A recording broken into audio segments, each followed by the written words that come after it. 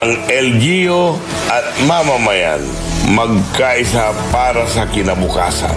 Ako po ang inyong lingkod, Mayor Alfe Soriano ng Bayan ng Malasiki. This is DWJE 88.1 FM Radio Pangasinan, whose sole mission is to inform, to educate, to entertain, delivering to all Pangasinenses news that is true, public service that is sincere, commentary that is fair, and entertainment that is proudly Pangasinense.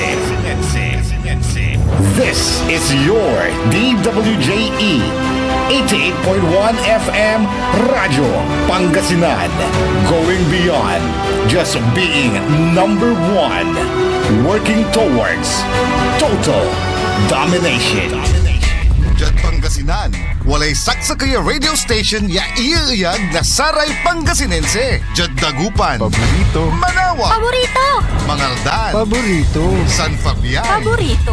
Diyan sa Nasinto, Paborito. Aya, so 88.1 Radyo Pangasinan. Popular sa balita, popular sa musika. Pangasinan Waves Network Corporation. Sa Pangasinan, we are the number one pop music station. DWJE 88.1 FM Radyo Pangasinan. Paborito! Paborito ang kabataan at matatanda. Paboritong pakinggan sa bus, tricycle, jeep at mga opisina. Paborito mo, paborito ko, paborito natin lahat. DWJE 88.1 FM Radyo Pangasinan. Number one pop music station. Paborito! Ang susunod na programa ay rated GP. GP? Ano yun? Garantisadong pampaborito. SPM Saray Balitan Matua ed Radyo Pangasinan. Programan magipasabi na Saray Matuan nagagawa ed balay, probinsya, bansa, tandyan intiron mundo. SPM Saray Balitan Matua ed Radyo Pangasinan. Kaulo, Kantabayo, say lawas kaaro tangka paborito yo.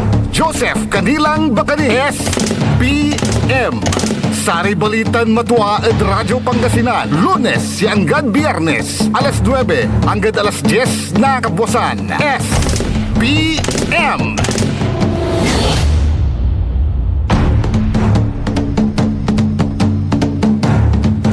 Mailalon agaw na Martes Pangasinan, Dagupan. Wadyalaso, Saray Balitan Matua. SBM say kabusol na Saray MBTF managbalitay tila tan fake news. SBM Saray Balitan Matua. Biya ipasabi na sa lawas yun kaaro kapaborito yo JCB Joseph Kanilang Bakani. Kantabay team at the technical side, ang gapayarom si Mr. END, Engineer Nixon Dakal. Ay agipit sa 9 lataten tanagagit at bulan na Hunyo ton 2026, agaw nata na Martes, mikadwan agaw na Saray Eskwela at loob na eskwelaan. Gali karakol manaya, nasaray nan pa-enroll at sayan taon. Unaabot lad atay 26 million. 26 million. Ya estudyantira. So kapan pa-enroll la tatang tanagagik unong at sa may records na Department of Education. Hello Sir Celso, good morning. Nasa record na sa Department of Education na tatang tanagagik ni sa kwanto na Assistant Secretary Jocelyn Andaya at hanggang sa may ago na Biyernes last week at walalad sa 26 million. So sare ogugaw yan ang pa-enroll at sare nanduraman eskwelaan jad bansa tayong Pilipinas.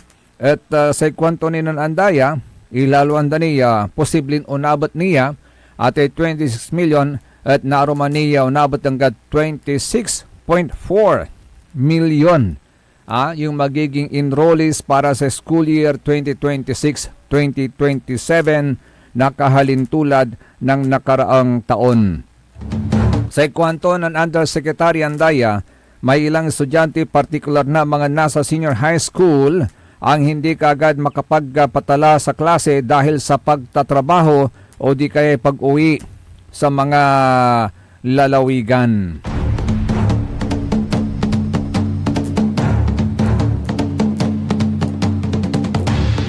So ingat-ingat po sa mga estudyante po natin, although yung mga estudyante sa party po ng Mindanao, meron pong nilabas na cancellation of classes.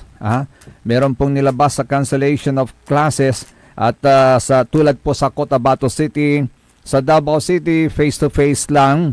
Sa Cebuco, Zamboanga del Norte at UP, Maguindanao del Norte, wala pong pasok sa araw na to, Tuesday, sa mga pampubliko at pribadong eskwelahan.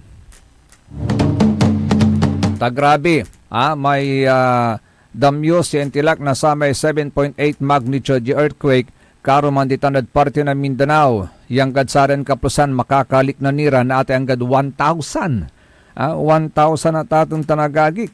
Iya aftershocks.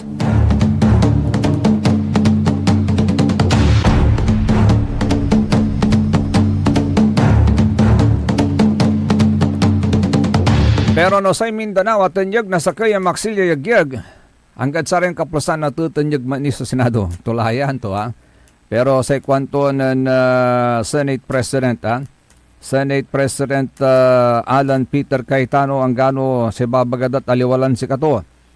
So re-recognize nda. At pero i-assert to. I-assert to at ating tanagagik unon kinan na Senador Alan Peter Cayetano sa ikwanto illegal ang ginawang pag-amyenda sa mga rules at ang pagsasagawa ng sesyon kaugnay sa issue sa liderato ng Senado na anya'y walang sapat na legal na batayan. I have to assert because may pinaglalaban tayo kwanto. Pinaglalaban ko hindi si Alan Peter Cayetano kung ang Senate President. Ang pinaglalaban natin ang Senado ay hindi pwedeng rubber stamp ng Malacanang. Kaya sa ikwanto at ating tanagagik na Senador Alan Peter Cayetano, hindi niya lalabagin ang batas o constitution sa gitna ng usapin sa liderato ng Senado, kasabay ng mga hakbang na inihain upang matugunan ang mga isyu sa operasyon at kalagayan ng mga empleyado. Kaskasen laray empleyado at ating tanagagik na sa Senado.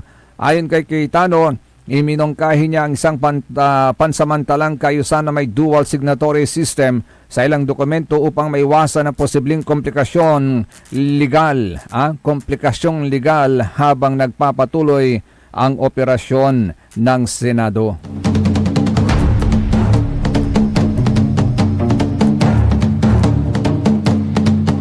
Tawalaso sa may appeal na saray empleyado at atang tanagagik na sa Senado. Sekwanda, a Senate Employees Group expressed concern over recent remarks by Senate President Alan Peter Cayetano and Senator Erwin Tulfo, saying the statements have heightened anxiety among personnel amid the ongoing leadership dispute in the institution. Niya may sulat yata itong tanagagik. Di sandigan na mga empleyadong nagkakaisa sa adhikain ng Demokratikong Organisasyon or Senado for short, takes note of the opening statement of Senate President Alan Peter Cayetano recognizing the difficult circumstances faced by Senate employees amid the ongoing leadership dispute in the Senate.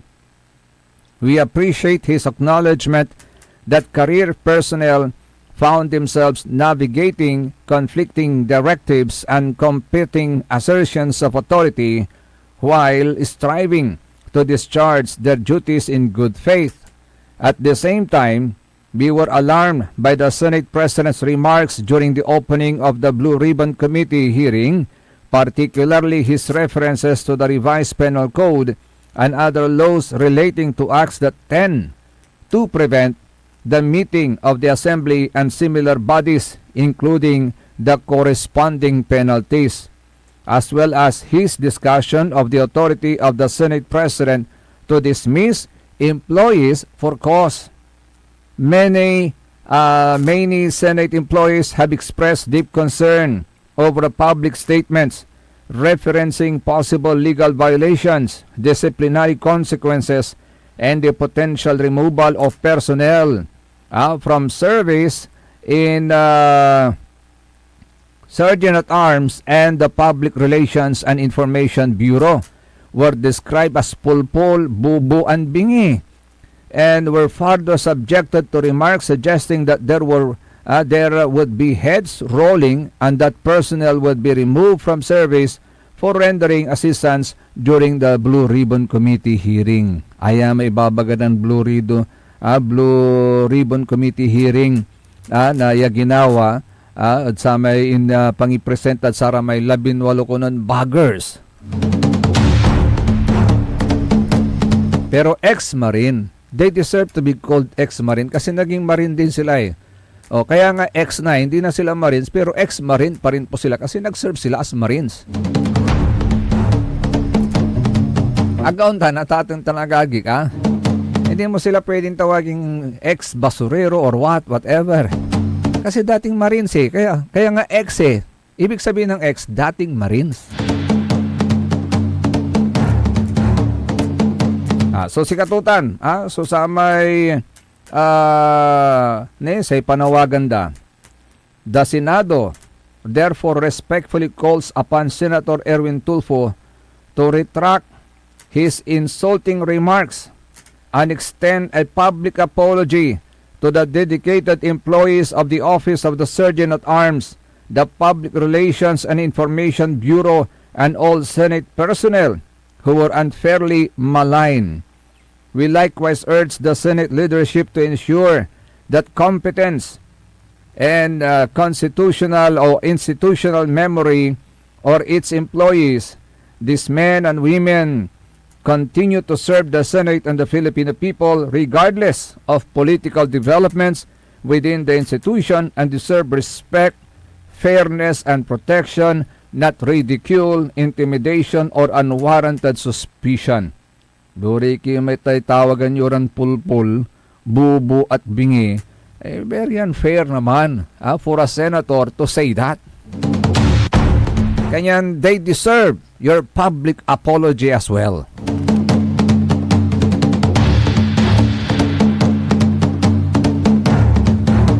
Pero ayaso alagaryo, tatang tanagagik, may ibaga to. Ibulgar to ng Mr. Diskaya. Napupuno na rin po siya. Gabay tulan mansalita, ikansyon to iramay 150.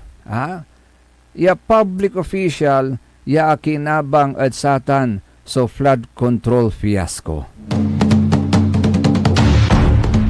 Atan, so talaranan tayo at atin tanagagik, By the way, manaya, wala mo't so sa may ang na opinion to at satan so impaway na IBP, ya opinion ni paakarad sa tay may Abilino Doctrine, yan inarad sa may sulat da, yapi mawayad social media tatang tanagagik, the IBP asserted that the actions taken by the 12 Senator Black, including the election of Senator Sherwin Gatchalian as Senate President pro tempore and interim Senate President, must be presumed official and regular. Kwento. Sa itapot na natin, this may issue natin, was the IBP right? At satan yung opinion da at ating tanagagig. Sa ikwanda jay at ating tanagagig ka, the IBP as an institution is always right. Is always right. But the lawyer or lawyers who use the IBP for his or her own interest is seem to be wrong because of the following reasons. Walay rason. No akin at walay aliwa at satan yung impawaydan IBP opinion at satay Abilino doctrine. Uno na kwanda, there was no meeting of all the Filipino lawyers for the IBP to issue an opinion. The IBP, number 2, the IBP has no right to interpret the law, which is correct, because it is only the Supreme Court who can interpret the law. Gauntan. Only lawyers and courts are allowed by law to interpret the law. IBP is not a court. Katute opinion damat katute babagad damat irason at ating tanagagik. Number 3, the IBP leads or wants to lead the Supreme Court in interpreting legal matters. Singayula uunaan, kwanda. And number 4, no exhaustive discussion on the matter for the IBP to release an opinion. Natan say kwanda. The lawyer or lawyers who issued the above opinion violated the following laws and regulations. Like prohibited acts and practices under IBP by laws. That every person must, in the exercise of his rights and in the performance of his duties, act with justice, give everyone his due, and observe honesty and good faith. Anthony Raratan, so sa may babagadan violation na tatin tanagagig. The IBP is a mandatory, unified bar and a public institution, not a private organization. Si katuta ibabagadamat. Yasay sakay ni kwanda, sa IBP is strictly non-political. Strictly non-political is not rhetoric, it is an institutional safeguard. The phrase is strictly non-political in the IBP bylaws is a structural rule designed to protect 3 things. Ano yon? Independence of the legal profession. That IBP must not become a proxy battlefield for political power. Secondly, integrity of lawyer discipline. Discipline is delegated by the court. Politicizing IBP leadership jeopardizes neutrality. And number 3, public confidence. The public must trust that the bar policies itself for competence and ethics, not for partisan advantage. Kani si kwanda ni Jai, a lawyer shall at all times act with propriety and maintain the appearance of propriety in personal and professional dealings, observe honesty, respect and courtesy, and uphold the dignity of the legal profession consistent with the highest standards of ethical behavior. Kanyan sa ikwanda at the end of this letter at ating tanagagig. The lawyer or lawyers who issued an opinion but using the IBP organization of all Filipino lawyers should make a public apology. If they could not make a public apology, kindly withdraw that opinion. In the eyes of the reasonable observer, the IBP opinion is perceived as a legal point of view of all the Filipino lawyers.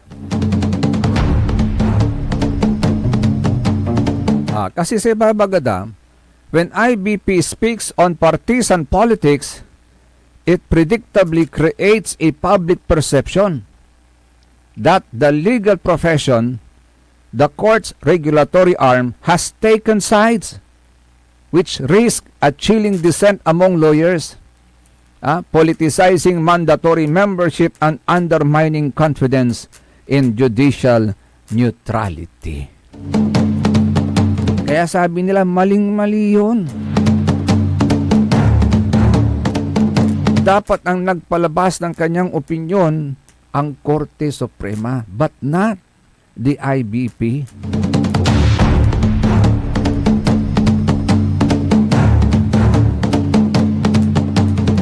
Dugamat at atang tanagagi kagauntan. Ha? Dugamat sa babagada. Ay. So, ang isulat na sayan opinion tumat at atang tanagagi. Tani wala rin in quote to ya aramay code of conduct. Ha? Aramay bylaws. Constitution and bylaws na say IBP. Sakit sa aramay akasulat at sa may Constitution and bylaws da under Section 5. Observance of fairness. Observance of fairness and obedience. A lawyer shall in every personal and professional engagement insist on the observance of the principles of fairness and obedience to the law.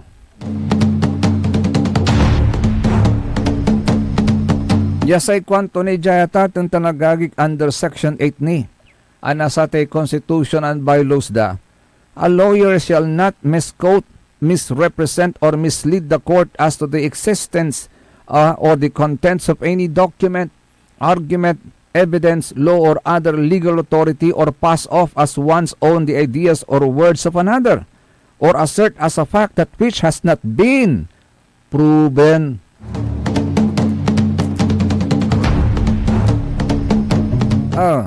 And more importantly, a lawyer shall not make false representations or statements. A lawyer shall be liable for any material damage caused by such false representations or statements at atang tanagagig. At dugtungan pa natin yan. Sinasabi pa rin sa Constitution and bylaws po nila.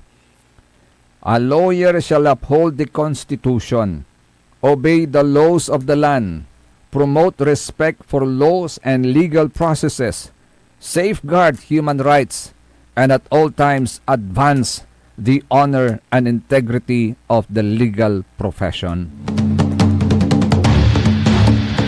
Because by taking the lawyer's oath, a lawyer becomes a guardian of the law and an administrator of justice. As such, the lawyer shall observe the highest degree of morality, adhere to rigid standards, of mental fitness, and faithfully comply with the rules of the legal profession. Failure to honor this covenant makes the lawyer unfit to continue in the practice of law and accountable to society, the courts, the legal profession, and the client. Kaya ang isulat niya, he is demanding an apology. And if not, withdraw that opinion sa social media. SBM, Saray Balitan Matwa, sa kabusol na Saray MBTF, managbalitay tilatan fake news untuloy, kaya ni nasarian pakabatan paimano malalapunid Saray manangantabay. Ang puta-putang irang balita. The Senate is under attack. Senate was never under attack. Pero para sa amin na nandito, napakaraming nangyari. I'm talking about ngayon, after those terrible events. Ang puta-putang irang sunata. Dami yung... Hawak mo ang beat. Son ang puta-putang irang impormasyon. Aya sa #1 pop music station. DWJE 88.1 FM. Radyo Pangasinan. Paborito! Want to escape the hustle and bustle of city life? Look no further than the River Palm Hotel and Resort, your premier destination for affordable luxury in Pangasinan. Nestled in the heart of Barangay Banyaga, Bugalyon, our hotel is surrounded by the breathtaking beauty of the Agno River. Our haven for comfort embodies the essence of Southeast Asian hospitality. Whether you're seeking a romantic getaway, a family vacation, or just a peaceful retreat, the River Palm Hotel and Resort is the perfect choice. So what are you waiting for? Book a tranquil experience where unforgettable memories are waiting to be made. For reservations and more information, visit our Facebook page, River Palm Hotel and Resort. Your home by the river awaits you. Ngayong 2025 ay ang ika-100 taon ng pagbibigay serbisyong pangkalusugan ng Region 1 Medical Center bilang isa ng 1,500 bed capacity na ospital. Mas marami pa ang mapapagaling at buhay na madudugtungan ng ospital di lamang sa Pangasinan kundi sa buong Northern Luzon sa tulong ng 12 accredited residency training programs at 13 active specialty centers nito: Cancer Center, Dermatology Center, Eye Center, Heart Center, Toxicology Center, Burn Care Unit, Center for Mental Health, Acute Stroke Unit, Geriatric Center, Infectious Disease Center, Kidney Transplant Unit, Lung Center at Trauma Center. Patuloy na mangunguna ang R1MC sa pagpapaigting at pagpapaibayo ng dekalidad na healthcare delivery hanggang sa susunod na siglo. 100 years of healing, compassion, and service. Region 1 Medical Center, ang inyong partner sa kalusugan. Region 1, number 1.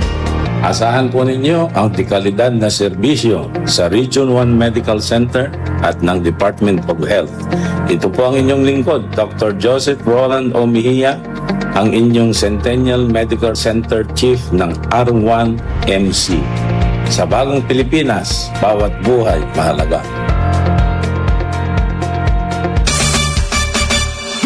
Beat the burning heat of summer this 2026. Tara nang magpalamig sa Ice Cream House Coffee. Ice Cream House Coffee, ang solusyon sa mainit na panahon. Try their Gold Delight Ice Cream, masarap na pizza pasta, at malasang kape. Ice Cream House Coffee, matatagpuan sa Burgos Street, harap ng St. John's Cathedral. Kaya tara na kapaborito sa Ice Cream House Coffee. Also available, wholesale price for retailers. Let's beat the summer heat. Ice Cream House Coffee. Talaranan sa paboritong herbal ng bayan. E-Karma Health Option. Kaiba sa paboritong doktor, Dr. Glenn Soriano. At programan Early in the Morning, alas 7 hanggang alas 8 na kabusan kada Sabado. Jalaban at paborito yon istasyon, DWJE 88.1 FM, Radyo Pangasinan. E-Karma Health Option. Mare! Kabigla ka naman, Mare, ha? Grabe, gimanggana ka, ah. Mare, di mo sinabi na uwi ka pala ng San Carlos. Ay, oo. Namiss ko na kasi dito ang pamilya ko. Ito na palang San Carlos ngayon. Grabe, Mare. Ang laki na ng pinagbago. Siyempre naman, Mare, alam mo ba na dito sa syudad natin, malaki na talagang pagbabago. Mula sa mga infrastruktura, nandiyan na mga konkretong daan at mga bagong pasilidad. Wow! Meron din tayong trending na ayos, kalusugan karavan na nagbibigay ng libreng serbisyong medikal.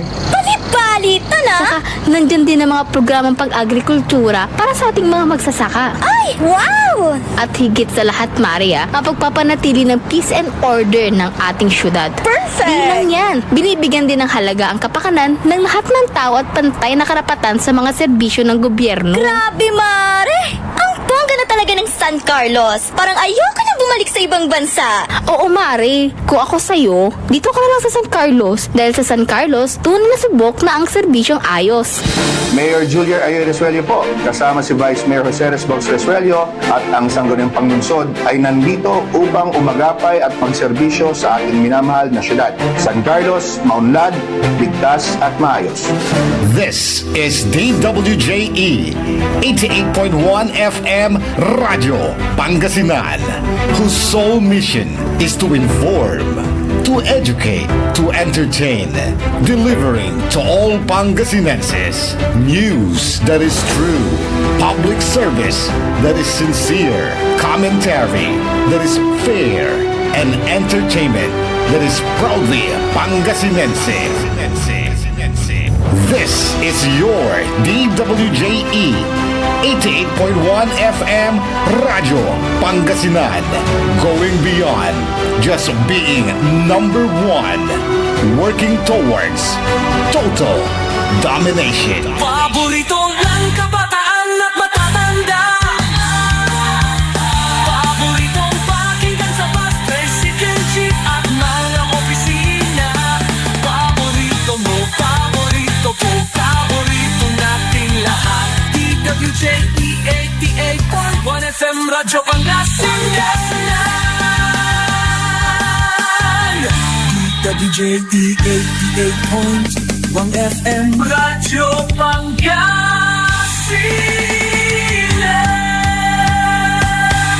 Paborito.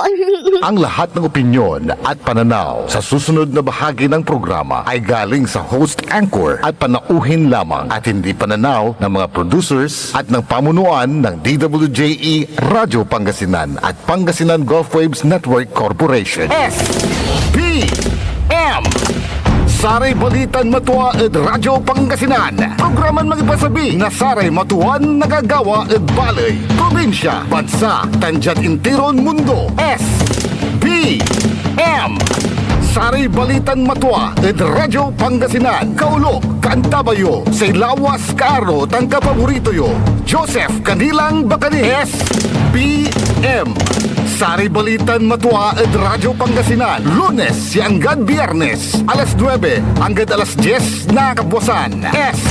SBM SBM is brought to you by Mars Restaurant, Galila, Mangantila, and Mars Restaurant. Matatagpuan sa Rufinas Square, Binmaloy, Pangasinan, just along the highway near Dagupan City. A perfect venue for a dinner date. Mars Restaurant. Come hungry, live happy. Lumaban ka bayan, kung binmali, may pag-asa pa para bumangon at magkaisa.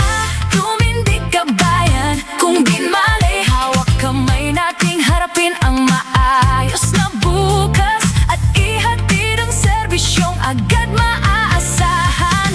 O bayan, kung sinilangan, hindi ka nag-iisa, hindi ka iiwanan, ika'y sasamahan magpakailanman. Mahal kita, o bayan, kung binmali hanggang sa dulo ng walang hanggan. Tuloy-tuloy sa Saray Balitan Matua. Sa ikabusol na Saray MBTF, managbalitay tilatan fake news. Kantabi ni sa Ilawasan Karo, JCB, Joseph Kanilang Bakani. Alas 9:35 laso oras sa'yo, walat-yalat mikadwan takap na Saray Balitan Matua. Liknay Binmalay. Pero hello and good morning muna tayo kay Sir Danny Caras ng DWC Joyce Enterprises Lights and Sounds Electronics. Nakikinig po sila ngayon. Kay Sir Celso Salazar, ang ating butihing former Penro officer. Yan. Senro pala, Senro officer ano ha. Magandang umaga po. Thank you for visiting us dito sa ating himpilan. Likewise kay Madam Jessa Zaragoza Perez. Lagi daw nakikinig yan mula sa DWC. Kay Madam Adela ng FP Gym, good morning. And kay Sir Chofilo Ballesteros Sr. At sa mga single ladies ng Barangay Basing na nabihing, na nakonching, na napirla, aka Doktora tan si Kagawad Esperanza. Untan mo tagkinan Madam Ja. Ato ha. And of course kay Madam Emma Alipio, say presidente na senior citizen at Barangay Basing. And may I also take this opportunity na i-greet naman ng happy birthday ang ating mabait, maaruga at mapagmahal na mother-in-law, the former senior citizen president na Barangay Basing, Madam Laureta Basa Sandoval. Yan, happy birthday po me. Siyempre, greetings coming from Erwin and Mona Sandoval, Anna Marie and JCB, Joseph Kanilang Bakani, from Al Jr. and Des Sandoval, and from Eric and Pam Sandoval.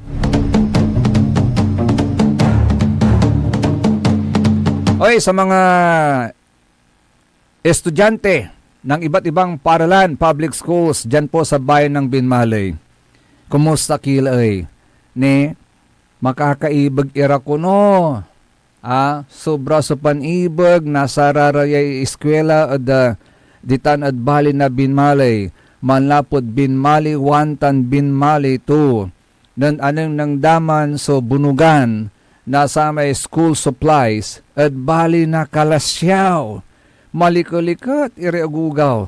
Ditan at bali na kalasyaw lapud sa may nawadan libre. Yes, school supplies. Ya agda imparafol. Aliwang sa jad singa jad dagupan ko no. Yan parafol dan eh. Pero siguro kulang sa supply. Ang tuwag na si Mabin namin. Pero antay atatong tanagagig untan laso ibag na saray ugugaw ditan. At bali na binmalay ya anunutan dalalaingan si former Mayor Sammy Rosario.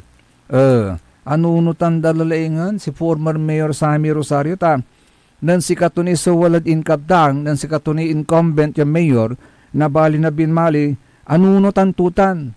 Nagak nalilingo si katoy sang kaprimeruan dami niya LGU LGU sa luyag na Pangasinan si katoy sang kaprimeruan angang ko kanunutan niya mangitan na sarili libre na school supplies kay balad tay bag, notebook, pencil, ballpen, tasar din ang babangil at atin tanagagig mausaw-usar para saray eskwela lapod untay lan tiatatan tanagagik nung gapuli klase si katuraratan so samay pilplimero sang kaimportantian nakaukulan ya walan bitbit da noon norong ira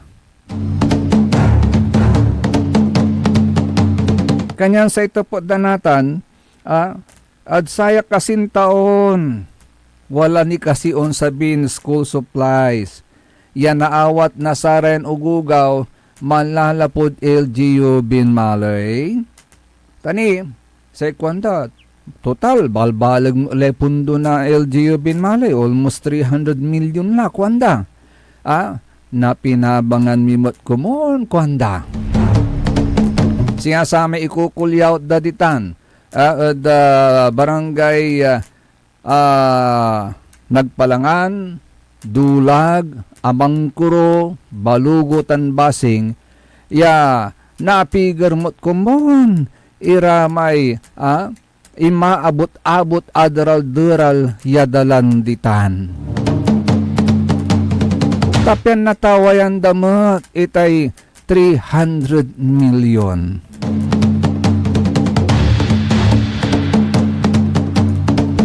Kanupugan mo't labat yan natawayan da tamang babayar mo't ira nasa may tax dagauntan. Si katutan sulik na dan ibebes ngaw danatan. Natan, jad sa may apalabas ya bulan na Abril, wala man na sulat yaman lalapuad COA. COA Region 1, Commission on Audit Region 1. Sakay Audit Observation Memorandum. Sakay Audit Observation Memorandum. By the way, good morning kay Sir Jerome Antinorio ay agi mikakasi kalamor. Pibasa yu palamay impawit kod si kayo. Text ko kwanto gabayton ipasabi amay proposed provincial resolution number 1318-2026 confirming the appointment of Mr. Lobel Dalisay as Provincial Government Department Head of the Pangasinan Provincial Jail Office, authored by 4th District Sangguniang Panlalawigan member Jerry Aherico Rosario to the Committee on Human Resources and Development, Labor and Employment Concerns at naaprobaan la kuno si Katute Gabayton Ibalita ng Jerome Antinorio na Portik Bugalyon, Pangasinan.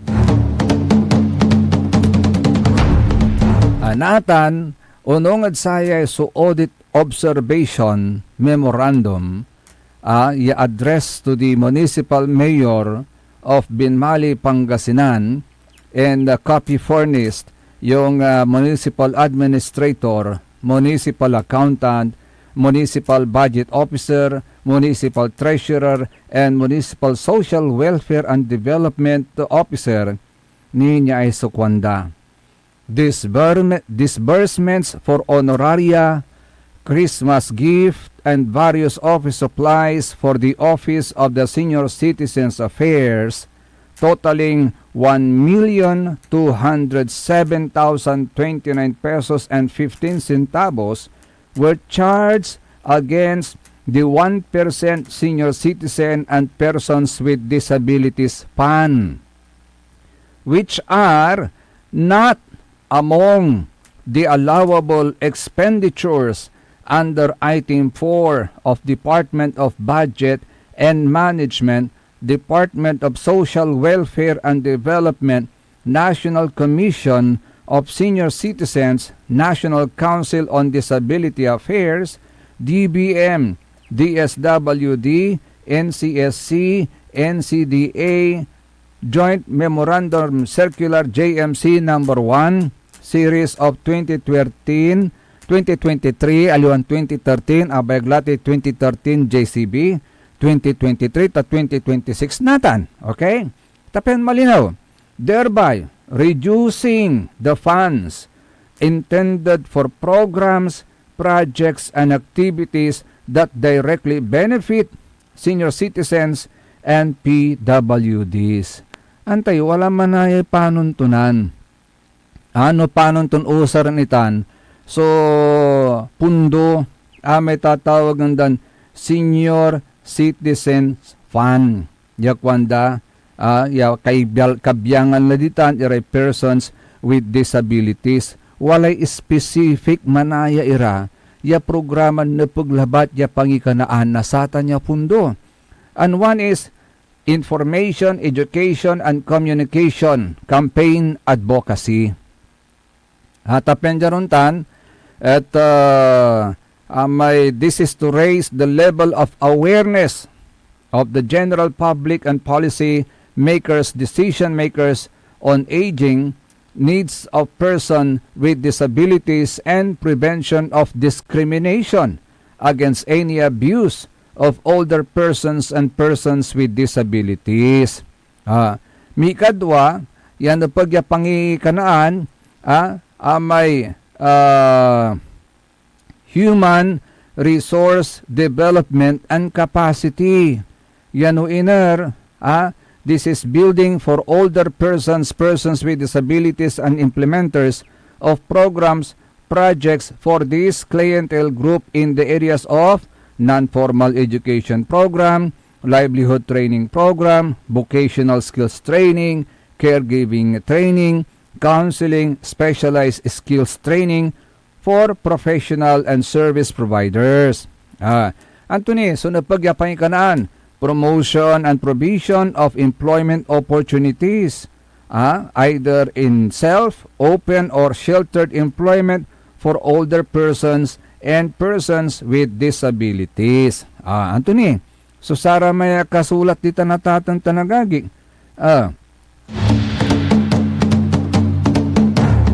May protection and safety programs for older persons and persons with disabilities.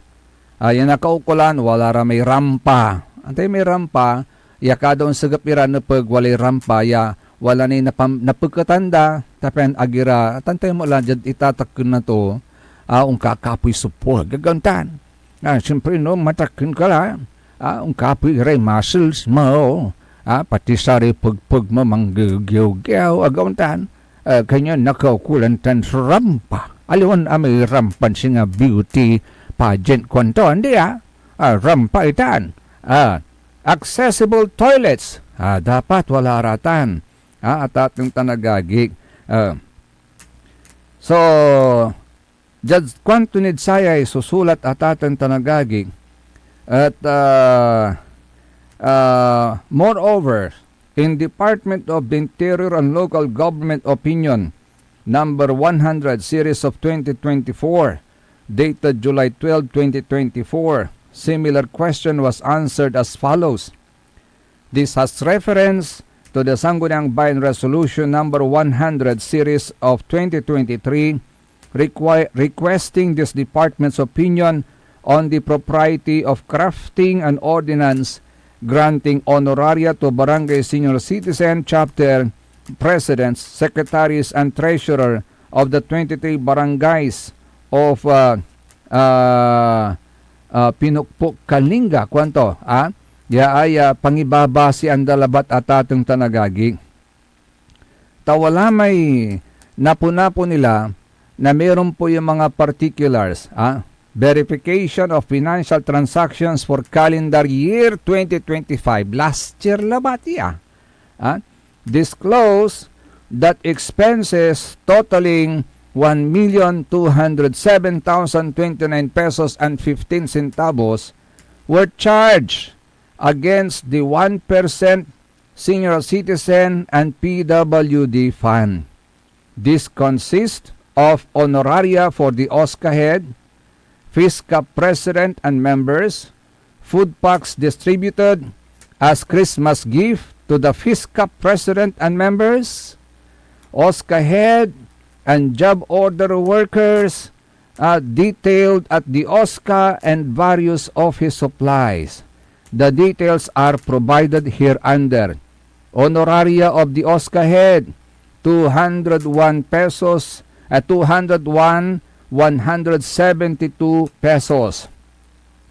Honoraria of FISCA president, 5,000 pesos per month, and members 2,000 pesos per month, totaling to 824,000 pesos.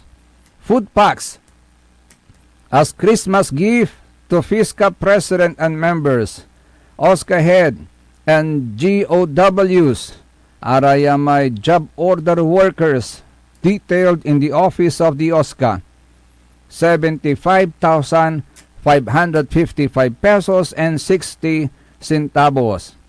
Purchase of laptop for OSCA, 40,495,000. For purchase of office chair for OSCA, 11,648 pesos. Purchase of bookshelves, office table, and office chair for OSCA, 15,888 pesos. Meals, year-end assessment, 10,000 pesos. Melas served during payout of social pension program for indigent senior citizens, 8,000 pesos. Purchase of office supplies for OSCA, 17,555 pesos and 55 centavos. Purchase of office supplies, purchase of printer ink for OSCA, 2,715 pesos. Total, 1,207,029 pesos and 15 centavos. Anto ibabaganatan nasay kowa.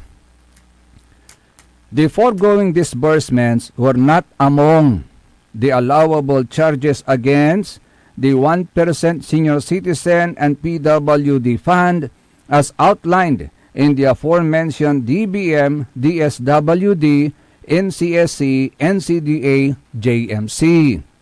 For the honoraria of the OSCA head, this should have been charged to other maintenance and operating expenses under the general fund of the municipality, while the honoraria granted to the FISCA president and members lack legal basis. The above cited DILG opinion explicitly states that honoraria granted to barangay chapter presidents do not fall within the contemplation of the aforementioned guidelines. The food packs totaling 75,555 pesos and 60 centavos, which were distributed as Christmas gift to the OSCA head, FISCA president, and 32 members, and job order workers detailed at the office of the OSCA, also lack legal basis. Moreover, the 44 food packs charged under disbursement voucher, amounting to 39,771 pesos and 60 centavos, were not supported by a duly signed list of recipients, casting doubt on their actual distribution. Sikatutan so sakay. At sara may observation na sa ikwan ni nakoa, the purchase of various equipment and supplies for the daily operations of the OSCA should have been charged against the general fund of the municipality as those constitute administrative expenses related to activities that form part of the regular functions and duties of the employees concerned. In view thereof, in view of the foregoing, the practice of charging non-allowable expenses against the 1% allocation for senior citizens and PWDs diminishes the funds intended for PPAs that would directly benefit these sectors. Kanyan wala rin recommendations da jata itong tanagagikay. Wala rin recommendations da. Sikatutan, so karga, nasaya ay, so audit observation, Manlalapod Commission on Audit, Regional Office Number 1, Province of Pangasinan, Provincial Satellite Auditing Office, dated April 6, 2026.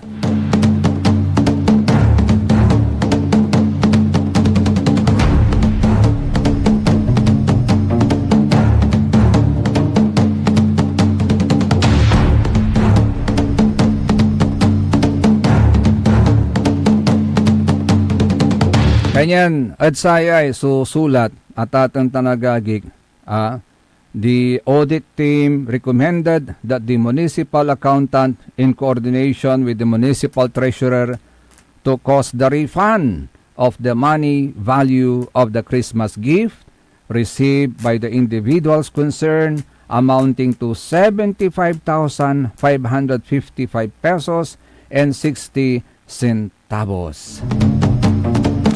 I-refund nyo kuno iraratan niya na awat yo ya Christmas. Tuman. Christmas, tuman. Gift, nitan.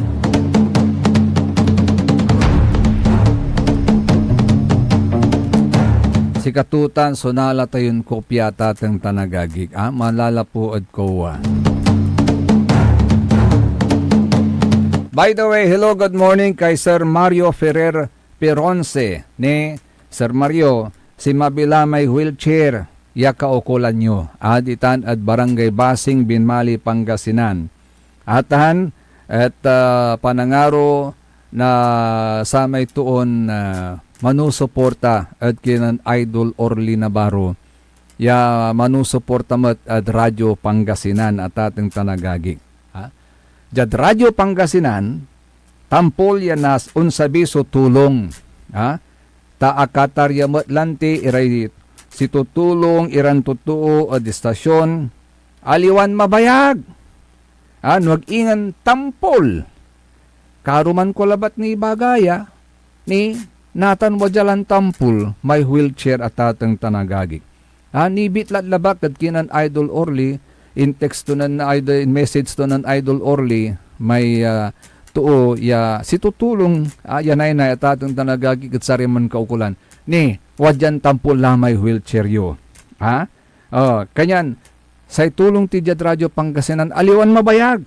Wala ni re tambal dyan, gabay tambal, wala re tambal dyan para high blood, para saray diabetic at atong tanagagig, laki labal dyan, anap yoy, Sir Nixon Dakal. So, aliwan mabayag. So, tulong dya. Ang gapidakal ya salita. No walay pakatulong, na pakatulong, gawayon tampul. Aliwan satay ang babangil ya salita, ya puro pa-impress. Ya singa kayo ang tatagaw, naman sa salita kayo, agauntan. Aliwan sa may asibok yan pa nagsalita. Nuag ingan tampol agauntan. Kanyan masirswerte si Sir Mario Ferrer Peronce tawalalan tampol. So sa may wheelchair yo. Awitin ko lang natan. Tapyan na usaryo la. Imbilin lad siya ng Idol Orly, yabit-bitan ko la. Sa irap to, Ta ambala, mas bahalag ni nan siyak may kahon. Di bali anusan kun ilagsab man napod third floor ang gad first floor.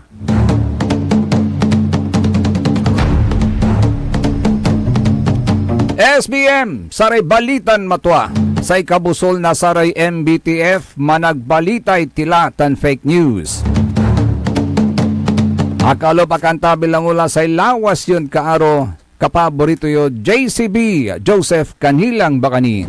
Kantabay tima the technical side, si Engineer Nixon Dakal, aka Mr. END. At abayan ang susunod kagar ang number 1 ni kapaborito Joey Baby dito lamang sa number 1 Pop News 6 Station ng lalawigan ng Pangasinan, DWJE 88.1 FM, Radyo Pangasinan, paborito. Lumaban ka bayan, kung binmali, may pag-asa pa para bumangon at magkaisa. Tumindig ka bayan, kung binmali, hawak kamay nating harapin ang maayos na bukas at ihatid ang serbisyong agad maaasahan. O bayan, kung sinilangan, hindi ka nag-iisa, hindi ka iiwanan, ika'y sasamahan magpakailanman.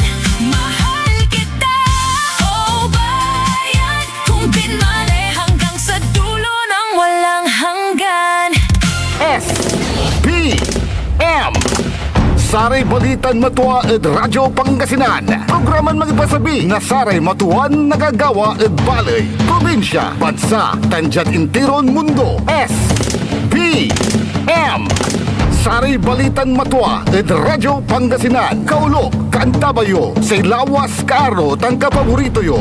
Joseph Kanilang Bakani. SPM Saray Balitan Matua ed Radyo Pangasinan. Lunes hanggang Biyernes, alas 9 hanggang alas 10 na kabuwasan. SPM